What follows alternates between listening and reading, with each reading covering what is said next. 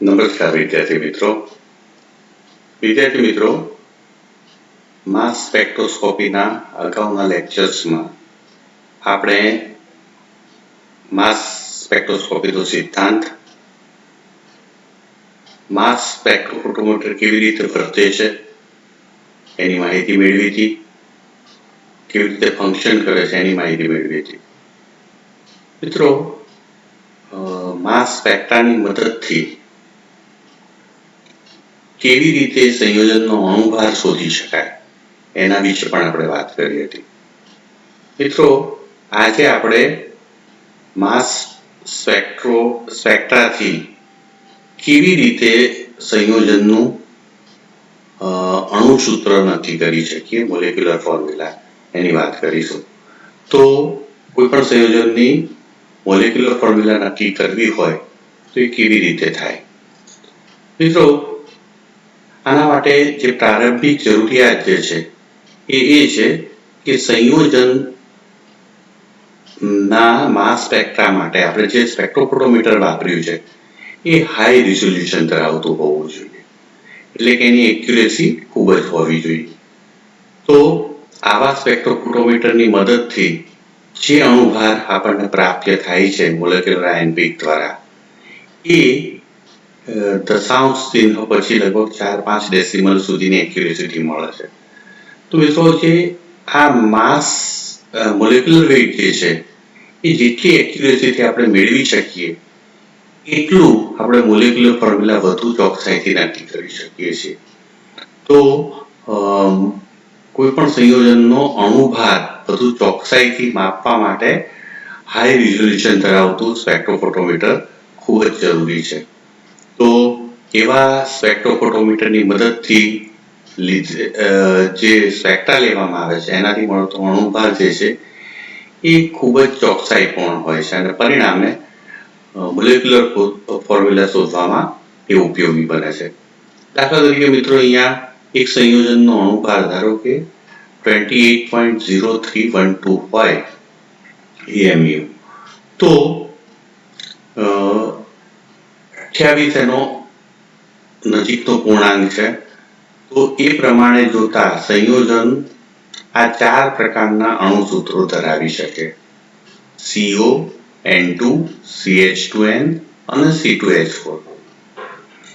હવે મિત્રો, માસ સ્પેક્ટ્રોસ્કોપીની જ્યારે આપણે વાત કરતા હોઈએ ત્યારે કોઈ પણ પરમાણુ ભાર જે છે એ આપણે ખૂબ જ ચોકસાઈપૂર્ણ લેવો પડે.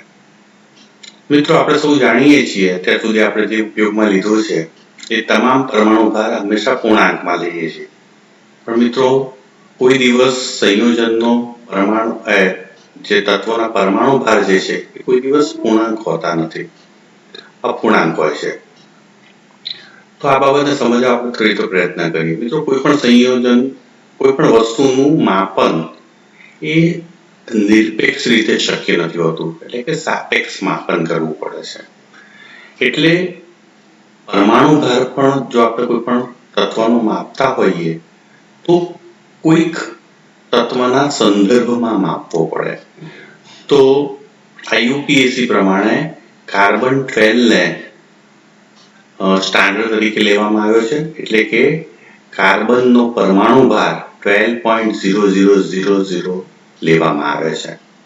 અને મિત્રો, આ 12.00 લઈ અને એના સાપેક્ષે અન્ય બધા જ પરમાણુઓ જે છે એના પરમાણુ ભાર નક્કી કરવામાં આવે છે. તો મિત્રો, આ પ્રમાણે કરવા જઈએ તો હાઇડ્રોજનનો પરમાણુ એ પરમાણુ ભાર પણ 1 નહીં પણ 1.0074 જેવો આવે છે મિત્રો. એવી જ રીતે નાઇટ્રોજનનો પરમાણુ ભાર પણ 14 નહીં પણ 14.0031 આવે છે. તો મિત્રો, એ પ્રમાણે દરેક પરમાણુના પરમાણુ ભાર જો આપણે એક્યુરેટ મૂકીએ તો સંયોજનનો અણુભાર જે છે એ કોઈ દિવસ પૂર્ણાંક આવે નહીં. તો તમે અહીંયા જોઈ શકો છો કે જે ચારેય મોલેક્યુલર ફોર્મ્યુલા આપણે પ્રોબેબલ નક્કી કરી છે શક્યતાની દ્રષ્ટિએ, એ ચારે ચારના જો કાર્બન 12 ને આપણે સ્ટાન્ડર્ડ ગણી અને બીજા પરમાણુના પરમાણુ ભાર નક્કી કરીએ તો એ મુજબ ઓક્સિજનનો પરમાણુ ભાર એ 16 નહીં પણ 15.9949 થાય. તો એ રીતે આ 12 વત્તા 12.000 વત્તા કરીએ તો કાર્બન મોનોક્સાઇડનો પરમાણુ ભાર 28 નહીં પણ 27.9949 થાય. એવી જ રીતે નાઇટ્રોજનનો પરમાણુ ભાર પણ N2 નો 28.0062 થાય.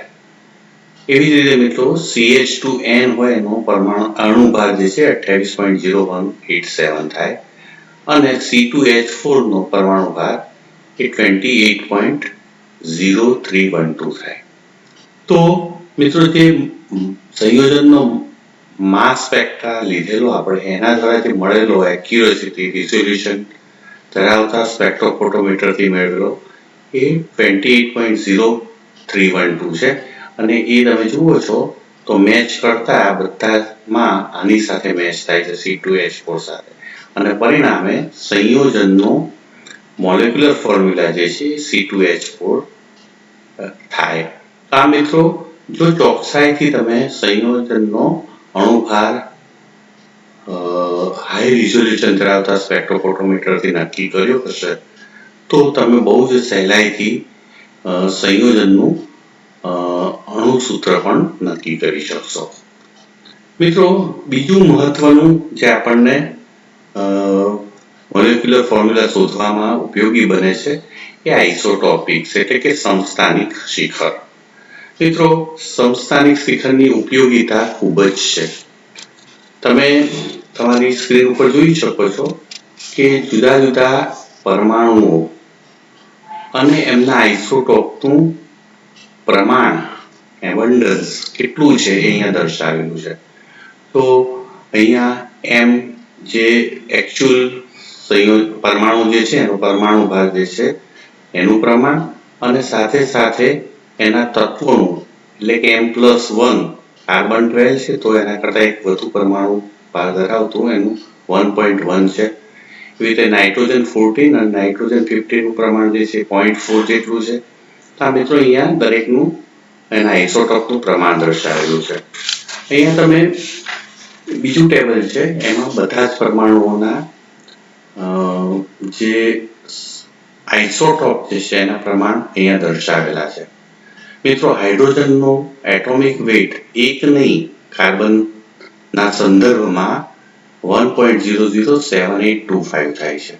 એવી રીતે નાઇટ્રોજનનો 14.003070, ઓક્સિજનનો પણ 16 નહીં પણ 15.99491, ફ્લોરિન જે છે એનો 18.99849, આપણે 19 લઈએ છીએ. એવી રીતે સિલિકોનનો જે છે એ 28 નહીં પણ 27.9769 થાય. તો મિત્રો આમ દરેકનો પરમાણુ ભાર જે છે અપૂર્ણાંક છે અને એના આઇસોટોપ દાખલા તરીકે હાઇડ્રોજનની વાત કરીએ તો એનો ડ્યુટેરિયમ જે છે આઇસોટોપ M+1 વાળો એનું પ્રમાણ 0.0145 છે પર્સન્ટેજ વાઇઝ. એવી રીતે કાર્બન 12 ની અંદર કાર્બન 13 નું પ્રમાણ 1.1080 છે. એવી રીતે નાઇટ્રોજન 14 માં 15 નું પ્રમાણ આટલું. 16 ના 3 આઇસોટોપ છે કુલ 16, 17 અને 18. 17 નું પ્રમાણ 0.0370 છે જ્યારે 18 નું 0.2040 છે. મિત્રો એવી જ રીતે સિલિકોનમાં 5.1 જે છે M+1 શિખરનું જ્યારે 3.12 જે છે M+2 શિખરનું છે. એવી રીતે સલ્ફરમાં પણ M+2 નું પ્રમાણ વધુ જોવા મળે છે જ્યારે ક્લોરીનની અંદર લગભગ 24.4641%, જ્યારે બ્રોમિનની અંદર 49.4800% જેટલું એનું પ્રમાણ જોવા મળે. તો મિત્રો આ પ્રમાણને આધારે જે મળતા M+1 ને M+2 શિખરો જેને આપણે આઇસોટોપ શિખરો કહીએ છીએ એ આઇસોટોપ પીક્સ જે છે એના પ્રમાણ પરથી પણ આપણને મોલેક્યુલર ફોર્મ્યુલા અંગે માહિતી પ્રાપ્ત થાય છે. દાખલા તરીકે મિત્રો આપણે જે પરમાણુઓ જે છે એના જે કોમ્પોઝિશન છે જુદા જુદા એના આઇસોટોપના એના આધારે આપણે મુખ્યત્વે સંયોજનોને 3 પ્રકારમાં વહેંચી શકીએ. એમાં પહેલો પ્રકાર જે છે કે જેમાં CHO અને N તત્વો આવેલા હોય છે. આની અંદર જે ભારે આઇસોટોપ ધરાવતા પરમાણુઓ જે છે એ હોતા નથી. એનું પ્રમાણ જે છે બહુ જ ઓછું હોય છે પ્રમાણમાં. જ્યારે બીજો પ્રકાર જે છે જેમાં કાર્બનના હાઇડ્રોજન ઉપરાંત સલ્ફર, ક્લોરીન, બ્રોમિન અને સિલિકોન, આ ચારે ચાર પરમાણુઓ સલ્ફર, ક્લોરીન, બ્રોમિન અને સિલિકોન, એમાં એના સમસ્થાનિકનું પ્રમાણ ગણનાપાત્ર રીતે વધુ હોય છે. એટલે કે હેવી આઇસોટોપનું પ્રમાણ એ ઊંચું હોય છે. જ્યારે ટાઈપ 3 જેમાં CH ની સાથે F, P અને I આ એલિમેન્ટ આવેલા હોય છે કે જેમાં આઇસોટોપ હોતો નથી અને પરિણામે અહીંયા આ ત્રણેય પરમાણુઓ જે છે આઇસોટોપ સિવાયના હોય છે. આમ 3 પ્રકારના પરમાણુના આપણે ભાગ પાડી શકીએ કે જેમાં આઇસોટોપનું પ્રમાણ પહેલા પ્રકારમાં ઓછું છે, બીજા પ્રકારમાં વધુ છે, જ્યારે ત્રીજો પ્રકાર છે એમાં આઇસોટોપ નથી. આમ 3 પ્રકારે આપણે સંયોજનના ભાગ પાડી શકીએ છીએ. મિત્રો, હવે M+1 ને M+2 જે આઇસોટોપ શિખર છે એને કેવી રીતે ગણી શકાય? તો એના માટેના આ સૂત્રો છે મોલેક્યુલર. તો જો કોઈ સંયોજનની મોલેક્યુલર ફોર્મ્યુલા CnHxNYOZ હોય, મોટેભાગે આપણે જાણીએ છીએ કાર્બનિક સંયોજનમાં CHON હોય છે, તો M+1 શિખર જે છે આપણે આ રીતે ગણી શકીએ છીએ. તો M+1 શિખર જે છે એ આ જે છે કાર્બનનું C13 નું પ્રમાણ ગુણ્યા કેટલા કાર્બન છે, કાર્બનની સંખ્યા છે. આ 0.02 જે છે એ હાઇડ્રોજનનું આઇસોટોપનું પ્રમાણ છે ગુણ્યા હાઇડ્રોજનના પરમાણુની સંખ્યા x છે. આ જે છે એ નાઇટ્રોજનનું પ્રમાણ છે એના આઇસોટોપનું અને એની સંખ્યા છે. જ્યારે ઓક્સિજનના M+1 શિખર એટલે કે O17 નું પ્રમાણ એ બહુ જ ઓછું છે, એટલે અહીંયા એને અવગણ્યું છે. તો M+1 શિખરની જ્યારે આપણે એનું તીવ્રતા માપતા હોઈએ એમ કેટલું એબન્ડન્સ છે પર્સન્ટેજ વાઇઝ, તો એના આઇસોટોપનું પ્રમાણ ગુણ્યા એના પરમાણુની સંખ્યા, આ બધાનો સરવાળો કરીએ તો મિત્રો M+1 શિખરનું જે પ્રમાણ જે છે ઇન્ટેન્સિટી છે આપણે નક્કી કરી શકીએ છીએ. એવી જ રીતે મિત્રો N+2 નું જો M+2 નક્કી કરવું હોય તો 0.20 ગુણ્યા Z એટલે કે ઓક્સિજન જે છે એના 80 નું પ્રમાણ જે છે 0.2 છે, તો એના ગુણ્યા Z કરી દઈએ એના ઓક્સિજનના પરમાણુની સંખ્યા ગુણ્યા કૌંસમાં આ જ પ્રકારે કાર્બન, હાઇડ્રોજન અને નાઇટ્રોજન આ ત્રણેયના આઇસોટોપના ગુણાકારનો સરવાળો એનો વર્ગ આ M+2 શિખરની તીવ્રતા આપે છે. તો મિત્રો આમ M+1 અને M+2 શિખર આ બે સૂત્રોની મદદથી એની તીવ્રતા આપણે ગણી શકીએ છીએ. ઉદાહરણ તરીકે C13H62 હોય તો મિત્રો અહીંયા કેવી રીતે ગણી શકાય? 1.08 ગુણ્યા 30 અને 0.02 ગુણ્યા 62 આ બંનેનો સરવાળો કરી દઈએ તો 33.64% જેટલું M+1 શિખરની તીવ્રતા આવે. તો મિત્રો આના પરથી કહી શકાય કે કાર્બન, હાઇડ્રોજન અને નાઇટ્રોજન, ઓક્સિજન આ પરમાણુ હોય તો M+1 શિખર આપણને પ્રાપ્ત થતો હોય છે. મિત્રો M+1 શિખરની જે બેઝ શિખરની સરખામણી જે તીવ્રતા જે છે એને 1.1 વડે આપણે જો ભાગી કાઢીએ, 1.08 એ કાર્બન 13 નું પ્રમાણ છે, તો 1.1 વડે, કારણ કે હાઇડ્રોજન અને નાઇટ્રોજન થોડાક પ્રમાણમાં હોય છે, તો 1.1 કરીએ તો આશરે કાર્બનની સંખ્યા કેટલી હશે કોઈ પણ સંયોજનમાં એ આપણે નક્કી કરી શકીએ છીએ. તો એપ્રોક્સિમેટ કાર્બનની સંખ્યા જો આપણે ગણવી હોય તો M+1 શિખરની જે ટકાવારી છે, પ્રમાણ જે છે ભાગ્યા 1.1 કરો તો તમને અંદાજિત કાર્બનની સંખ્યા આપણે પ્રાપ્ત થઈ શકે છે. મિત્રો આપણે ત્રીજું અહીંયા જે ટાઈપ શોધી હતી CHFPI, આમાં FPI જે છે એ નોન આઇસોટોપિક એલિમેન્ટ છે અને પરિણામે એવા નોન આઇસોટોપિક સંયોજનનું તત્વોનું પ્રમાણ જો આપણા સંયોજનમાં વધતું હોય તો એ હંમેશા કાર્બન, હાઇડ્રોજન અને ઓક્સિજનના પ્રમાણમાં એના ટકાવારીમાં ઘટાડો કરે છે અને આ ટકાવારી ઘટે તો સ્વાભાવિક જ M+1 શિખરને અસર થાય છે, એની ટકાવારી પણ ઘટે છે.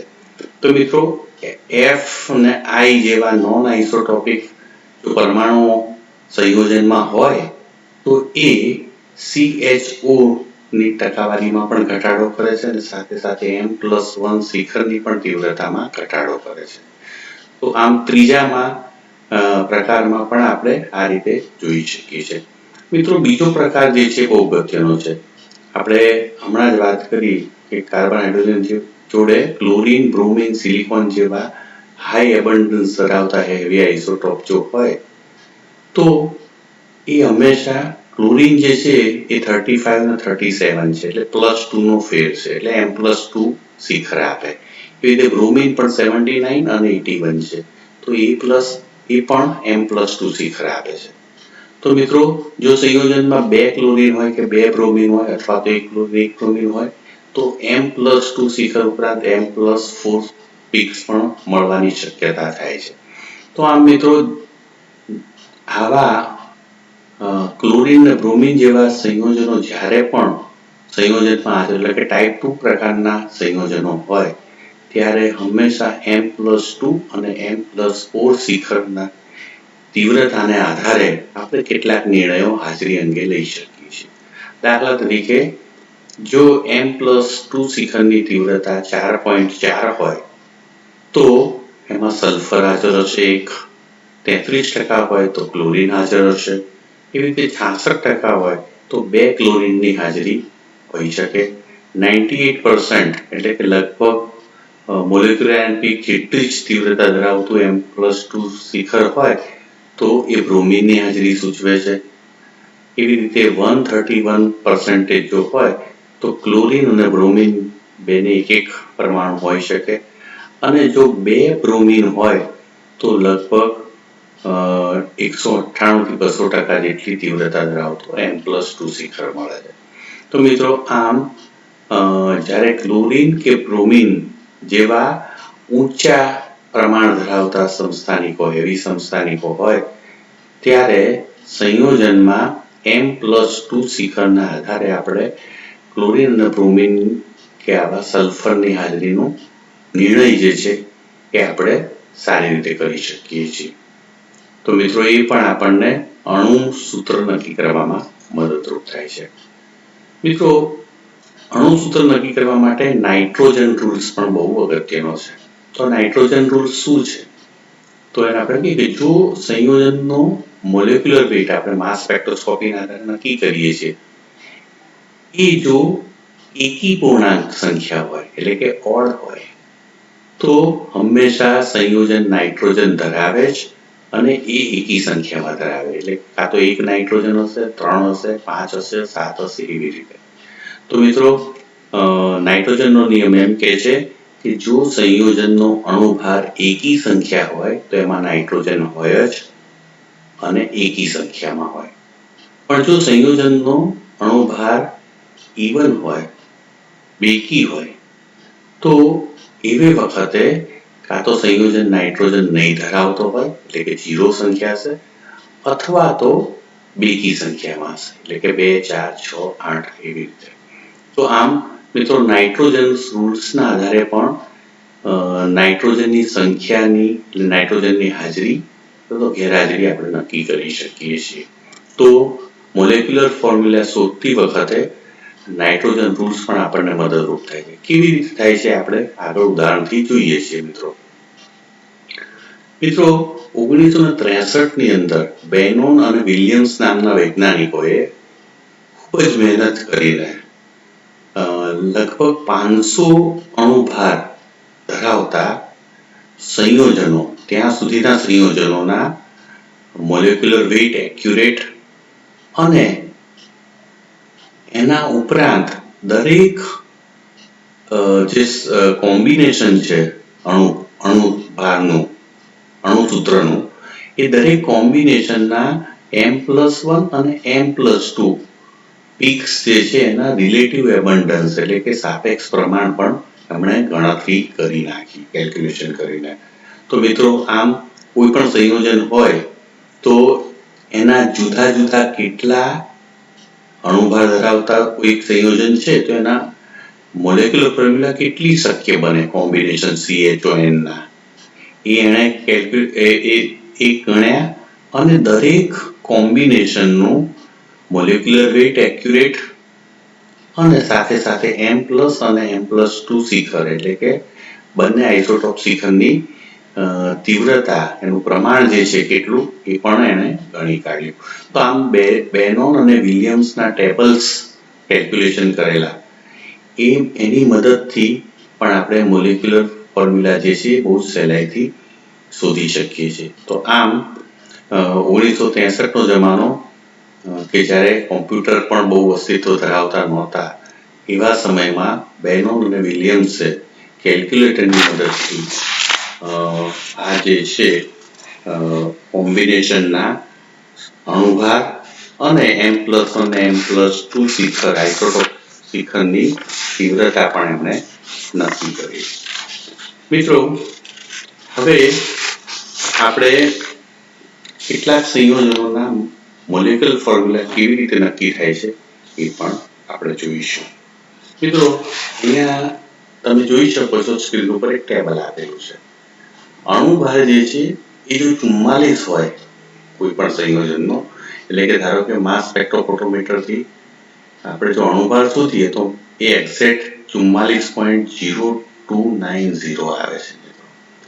હવે 44 પૂર્ણાંક હોય એવા શક્ય કોમ્બિનેશનો બેનોન અને વિલિયમ્સે નક્કી કર્યા. તો 1, 2, 3 ને 4 કાં તો આ 44 અણુભાર ધરાવતો સંયોજન C3H8 મોલેક્યુલર ફોર્મ્યુલા ધરાવતું હશે અથવા તો C2H4O અથવા તો CO2 અથવા તો CN2H4.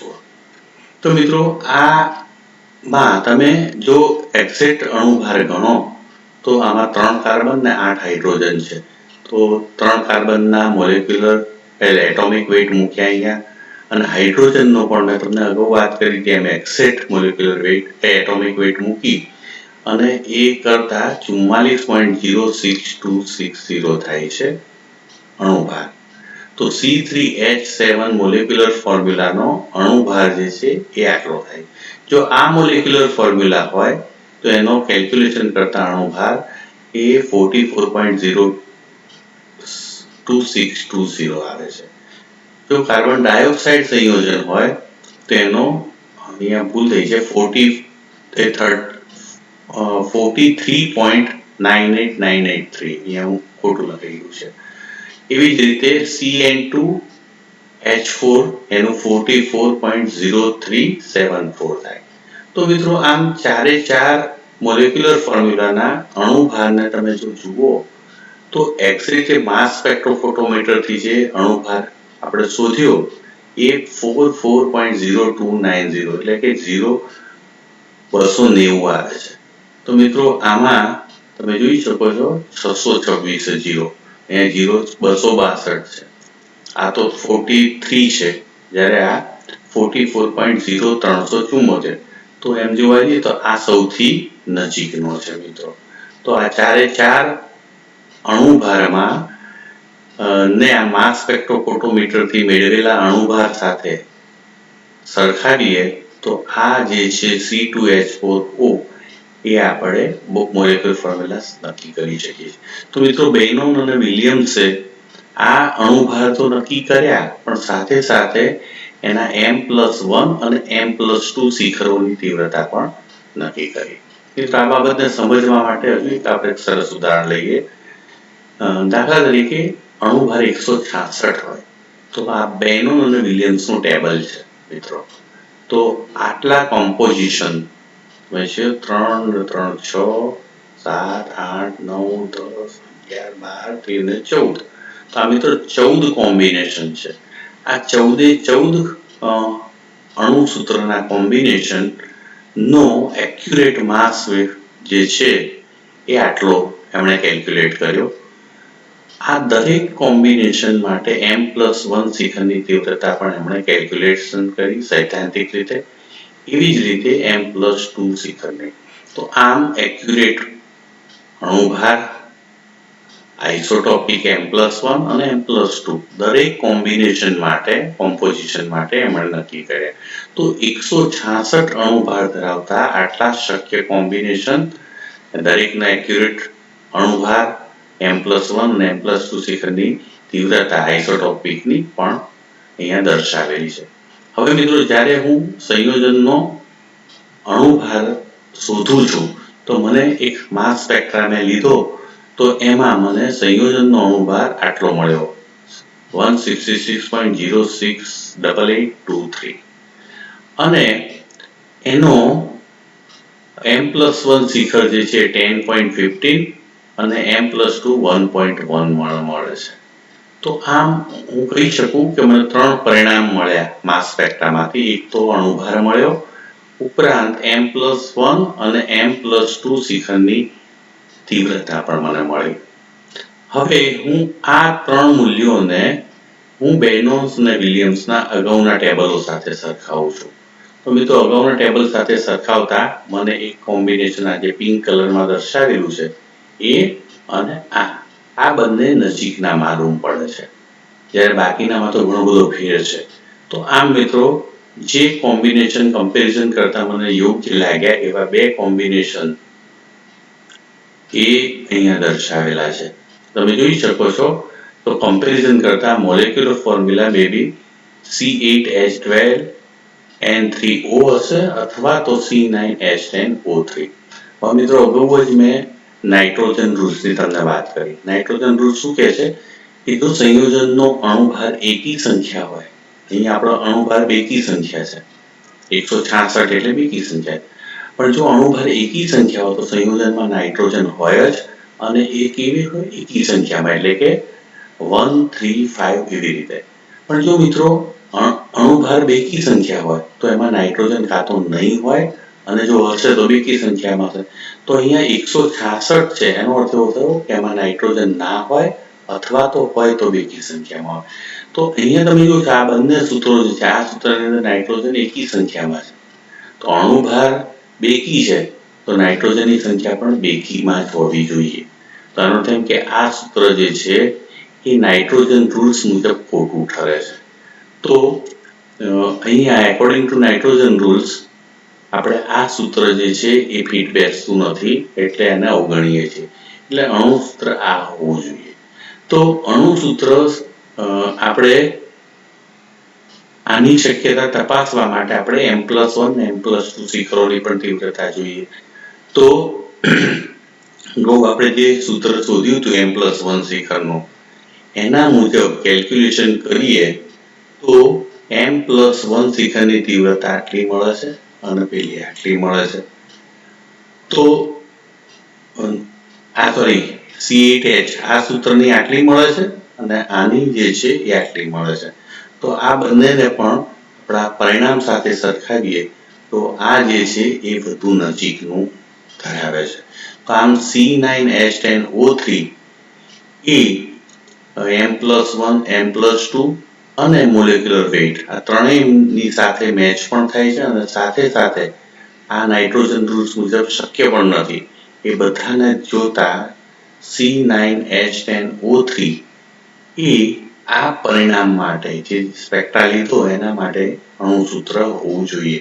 તો મિત્રો અહીંયા તો અણુભાર જે છે 166 છે, પણ એના જ આટલા બધા કોમ્બિનેશન છે કોમ્પોઝિશન. તો જેમ જેમ અણુભાર વધતો જાય એમ 25 25 ને 40 40 કોમ્બિનેશન પણ આવે. તો મિત્રો જેમ અણુભાર વધતો જાય એમ કોમ્પોઝિશન પણ વધતા જાય. તો આવા ટેબલ્સને બેનોન અને વિલિયમ્સના ટેબલ કહેવામાં આવે છે, અને આ ટેબલ્સની મદદથી બહુ સહેલાઈથી તમે સંયોજનનો જે અણુભાર જે છે તમે નક્કી કરી શકો છો. તો મિત્રો આપણે છેલ્લા લેક્ચરની અંદર સંયોજનનો અણુભાર કેવી રીતે નક્કી થાય એની વાત કરેલી. અણુભાર નક્કી કરવા માટે મોલેક્યુલર આયન પીક જે છે એ આપણે જાણતા હોવા જોઈએ. તો મોલેક્યુલર આયન પીક કેવી રીતે નક્કી થાય એ આપણે ગઈ વખતે જોયેલું. અણુભાર એક વખત નક્કી થઈ જાય, જો સંયોજન જે સ્પેક્ટ્રોફોટોમીટર ખૂબ જ હાઈ રિઝોલ્યુશન ધરાવતું હોય તો એ અણુભાર ખૂબ જ ચોકસાઈથી નક્કી થાય. અને જો અણુભાર ચોકસાઈથી નક્કી થાય તો આપણે જુદા જુદા મુદ્દાઓને આધારે આઇસોટોપિક્સની તીવ્રતા અને સાથે સાથે મેં નાઇટ્રોજન રૂલ્સ અને બેનોન અને વિલિયમ્સના ટેબલ્સ છે આ બધાનો ઉપયોગ કરી અને સંયોજનની મોલેક્યુલર ફોર્મ્યુલા પણ બહુ જ સહેલાઈથી નક્કી કરી શકીએ છીએ. તો આમ મિત્રો આજે આપણે સંયોજનનો મોલેક્યુલર ફોર્મ્યુલા કેવી રીતે માસ સ્પેક્ટ્રોફોટોમીટરની મદદથી નક્કી અથવા સ્પેક્ટ્રાની મદદથી નક્કી કરી શકીએ છીએ એ જોયું. તો આમ બે ઉપયોગો, અણુભાર શોધવો અને અણુસૂત્ર શોધવું, એ બે વિશે વાત કરી.